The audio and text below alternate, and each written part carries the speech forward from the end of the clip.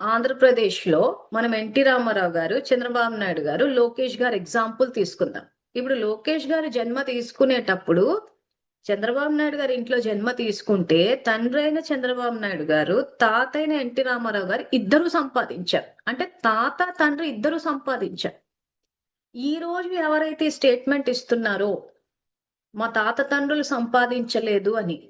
So ఇప్పుడు మీరు చెప్పండి. మీ తాత తండ్రులు ఎందుకు సంపాదించలేదు? లోకేష్ గారి తాత తండ్రి ఎందుకు సంపాదించారు?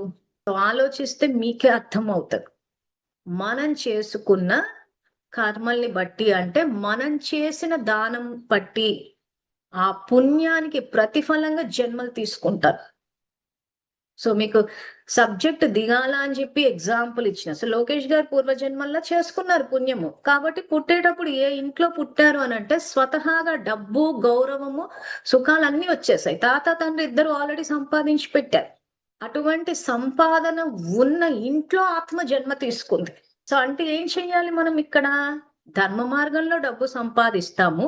ఆ తర్వాత దాన్ని మన అవసరాలకు ఎంత వాడుకోవాలో అంత వాడుకుని ధర్మ మార్గంలో ఏ పనులకైతే దాన్ని వాడాలనో దానికే వాడి మళ్ళీ నేను తాగుతాను, తింటాను, తిరుగుతాను, జూదం ఆడతానంటే అది మళ్ళీ ధర్మ మార్గంలో సంపాదించవచ్చు మీరు. కానీ ఖర్చు ఎక్కడ పెట్టారు?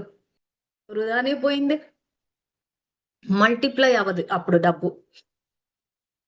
సో ధర్మ మార్గంలో సంపాదించి మీరు జూదం ఆడి ఓడగొట్టేశారు అని అంటే జూదం ఆడడం అన్నది అధర్మం కాబట్టి మీకు అది పుణ్యం అన్నది జమ అవ్వదు. అంటే మీ డబ్బు మల్టిప్లై అవ్వదు.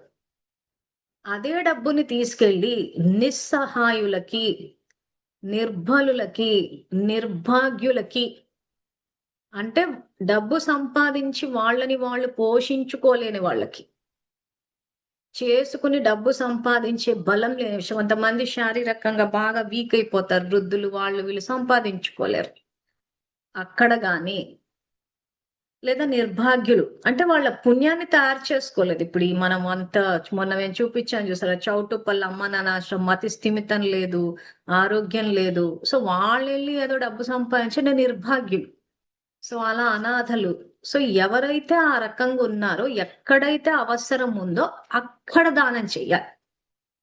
మరి అక్కడికి వెళ్ళిన తర్వాత మోసాలు జరుగుతాయా, మంచి జరుగుతుందా, చెడు జరుగుతుందా అంటే బుద్ధి వాడాలి.